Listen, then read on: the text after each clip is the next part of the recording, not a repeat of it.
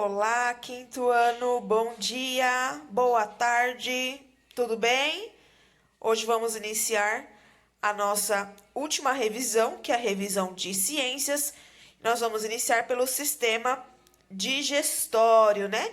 Que é todo o caminho que o alimento faz dentro do nosso corpo. Então, aqui, ó, nós temos o caminho dos alimentos, tá bom?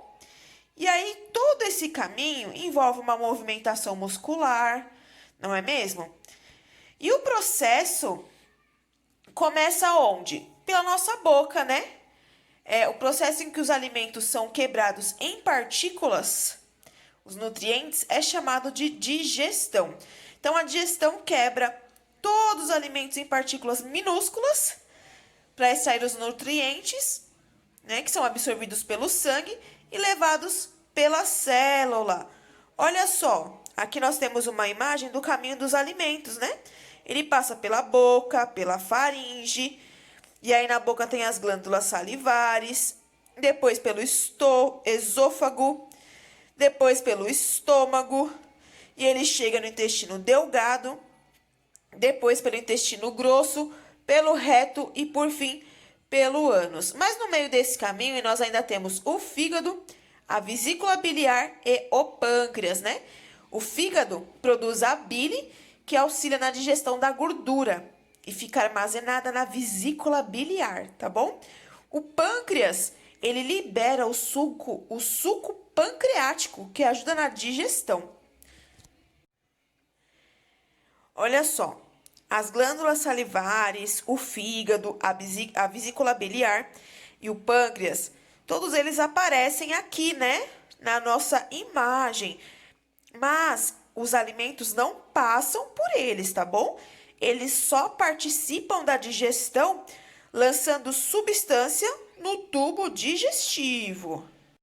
A digestão começa pela boca, então é muito importante a mastigação, não é, pessoal?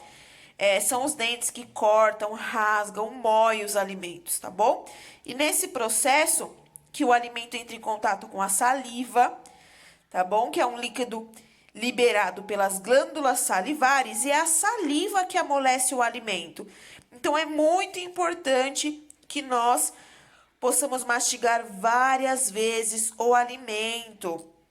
E quando nós não mastigamos o alimento, nós fazemos com que o estômago trabalhe mais intensamente, tá bom? E isso pode, se você se tornar um hábito de não mastigar direito, lá na frente pode originar problemas estomacais, como azia, má digestão, úlceras e feridas na parede estomacal, pessoal. Então, vamos mastigar o máximo que conseguirmos, hein? E aqui nós encontramos a digestão no estômago e no intestino delgado. A boca, né, quando nós mastigamos, ela forma o bolo alimentar, tá bom? E aí a nossa saliva, junto com a língua, empurra esse bolo alimentar, fazendo com que ele passe pela faringe, seguindo para o esôfago, tá bom? Os movimentos de contração realizado pelos músculos, né? Lembra que nós falamos que todos esses órgãos são formados por músculos? Então, esse movimento realizado por esses músculos levam o bolo alimentar até o estômago, tá bom? E esses movimentos são chamados de movimentos peristálticos. E aí, lá no estômago, o bolo alimentar vai ser quebrado em pedaços ainda menores, ficando com uma consistência quase líquida, tá bom? E a parede do estômago produz e libera um suco digestivo. E aí inicia a digestão das proteínas, tudo bem? E esse alimento, né, recebe o nome de quimo. O quimo, ele deixa o estômago e é levado até o intestino delgado, onde recebe outros sucos digestivos, que são produzidos pelo pâncreas, pelo fígado e pelo próprio intestino. Esses sucos têm a função de quebrar o alimento em pedaços ainda menores, que são os nutrientes, que são absorvidos pelo sangue e distribuídos pelas células. Depois de todo esse processo, as substâncias que não foram absorvidas no intestino delgado são transferidas para o intestino grosso, onde parte da água que estava presente nos alimentos é absorvida.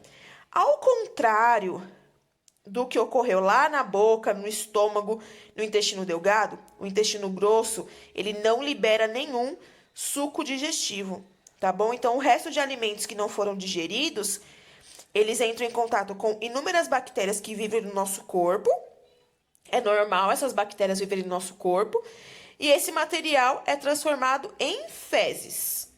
Nós chegamos agora no sistema respiratório, que é um sistema essencial para o nosso corpo, né, galerinha? E nós aprendemos que respirar é um movimento involuntário do nosso corpo, né? Mesmo que nós não queremos, o nosso corpo automaticamente ele respira. E aí nós temos a respiração pulmonar, tá bom? Para extrair energia dos alimentos, o ser humano e outros animais precisam do gás oxigênio. Então, esse gás ele é transportado pelo sangue para todo o nosso organismo. Mas para esse gás ser transportado, nós precisamos da nossa respiração. E aqui ó, é o caminho que o ar faz no corpo, tá bom? Ele entra pelas narinas ou pela boca, né? O correto é ele entrar pelas narinas, tá bom? Passa pela faringe, pela laringe, pela traqueia, pelo brônquio esquerdo e brônquio direito, pelos bronquíolos, até chegar lá nos alvéolos, né? Não está aqui na imagem, mas é lá nos alvéolos que acontecem as trocas gasosas, né? Tudo bem? Nós temos aqui o pulmão direito, o pulmão esquerdo e o diafragma, né? Que é esse músculo que nós temos aqui, que ele ajuda a nossa respiração. Quando nós inspiramos, o diafragma se contrai, puxando os pulmões para baixo. E quando nós expiramos, quando nós liberamos o gás carbônico, o diafragma relaxa e se move de volta para cima. Nós chegamos agora no sistema circulatório. Todos os nutrientes, né, lá do sistema digestório e o gás oxigênio do sistema respiratório chegam ao nosso corpo. Mas para que eles sejam transportados para as células, é através do sangue, pelos nossos vasos sanguíneos. Olha essa imagem, estão vendo? O coração, olha quantos vasos sanguíneos passam pelo nosso corpo. E essa é só uma imagem ilustrativa, tá bom? O nosso sangue é formado pelo plasma, pelos elementos celulares, como os glóbulos vermelhos e os glóbulos brancos, e as plaquetas, tá bom? Como na imagem aqui da composição do sangue, olha só que legal. Aparece todas elas, estão vendo? Mas essa divisão de composição nós só conseguimos ver em laboratório, através de um equipamento chamado centrífuga, porque todos esses componentes ficam bem juntinhos no nosso sangue e nós não conseguimos ver. Aqui nós temos a função de cada um deles e as características. A Pro não vai falar para vocês agora individual, porque a Pro já mandou um vídeo só sobre os componentes e as suas funções. Mas quem faz parte do sistema circulatório? O sangue, o coração e os vasos sanguíneos. E nessa imagem aqui, nós temos alguns em azul e outros em vermelho. Os vasos de maior espessura, representados em vermelho, são as artérias. Elas transportam o sangue que sai do corpo. Então, elas são maiores para suportar a pressão do sangue bombeado pelo coração. E em azul, nós temos as veias, que são mais finas, porque elas trazem o sangue até o coração. Então, o sangue não vem com tanta intensidade para o coração quanto ele sai. O nosso coração é um músculo que se contrai e relaxa de maneira involuntária. Nós não controlamos.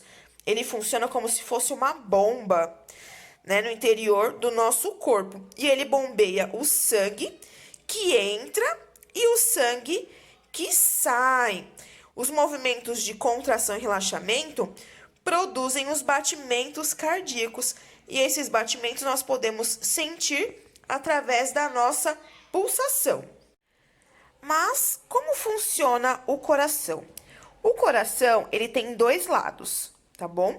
Do lado direito, entra o sangue que está chegando do nosso corpo, ele está voltando do nosso corpo. E esse sangue, ele vem com muito pouco gás oxigênio e um excesso de gás carbônico. E para eliminar o gás carbônico, o coração precisa enviar esse sangue lá para o pulmão fazer a troca gasosa. E quando o pulmão faz a troca gasosa, o sangue retorna pelo lado esquerdo do coração e é enviado de volta para o nosso corpo, para que as células possam receber novamente esse gás oxigênio e conseguirem fazer um trabalho perfeito no nosso corpo. E tudo isso acontece ao mesmo tempo, galera. O coração ele não para um lado para trabalhar o outro. Tudo acontece ao mesmo tempo e a troca gasosa lá nos nossos pulmões também. E a prática de exercício físico fortalece o músculo do coração. Como todo músculo, né? Quanto mais exercício nós fazemos, mais rígido ele vai ficando e mais eficiente para bombear o sangue para todo o nosso corpo. Então, não se esqueçam, hein, pessoal? Sempre praticando uma atividade física, por mínima que seja ela, é muito importante para o perfeito funcionamento do nosso corpo.